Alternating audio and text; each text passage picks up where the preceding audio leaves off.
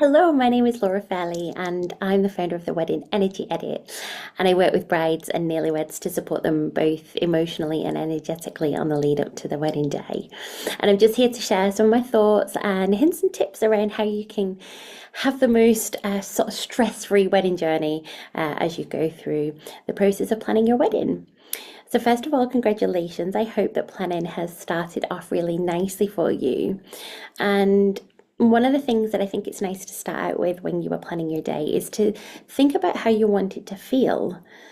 And of course, you're going to be thinking about how you want it to look. And I know that the aesthetic will be important, thinking of flowers and the venue and the outfits, all that is very exciting. But just also don't lose sight of thinking about and anchoring into how do you want your day to feel?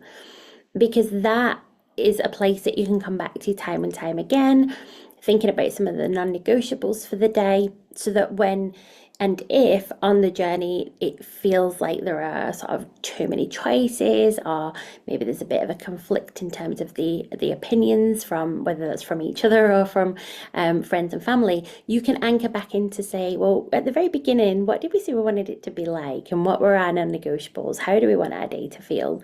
And it just becomes the anchor for you along the way. It's no surprise that planning your wedding will no doubt bring up lots of stress and emotions. One of the things that I see clients do quite often is they take on this responsibility, if you like, to ensure that every single one of their guests has the most amazing day, and that you want everyone to have a really, really good time. And it almost becomes that that's the thing. Well, that's a huge amount of pressure to be putting on yourself. And so I invite you just to step away from that, and just to, if you are finding that you end up in that space, to step back and think and sit and journal around what actually really matters to me, what matters to us, what is it I want to feel on the day, why are we doing this? Just to really kind of bring you back into a place of and anchor back into that place of why you're doing this, and not constantly thinking about making decisions and choices that please other people and not yourself. And it may be as well, one of the other things to help manage the stress and the overwhelm along the way is to look at anything that's triggering you. So, maybe that's from social media, maybe that's from friends or family, maybe that's just from trying to do too many things yourself at once, and just being able to put things in place that stop those triggers. So just starting to notice when those emotions arise, and not judging yourself and not giving yourself a hard time. Like I say, it's one of the most stressful things that you can do is plan a wedding, and it's a really big day and it's really important, and the chances are you've never done this before. So of course it's going to feel a lot, and it's going to feel at times quite stressful. But give yourself a little bit of grace in those moments, and just kind of come back and tune back into yourself. Almost thinking about moving from that head space into the heart space, and just thinking about why you're even doing this.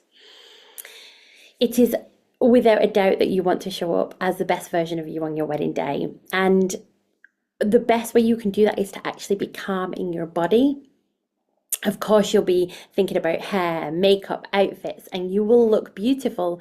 But how you feel in your body is how you will shine and be your most radiant self on your wedding day.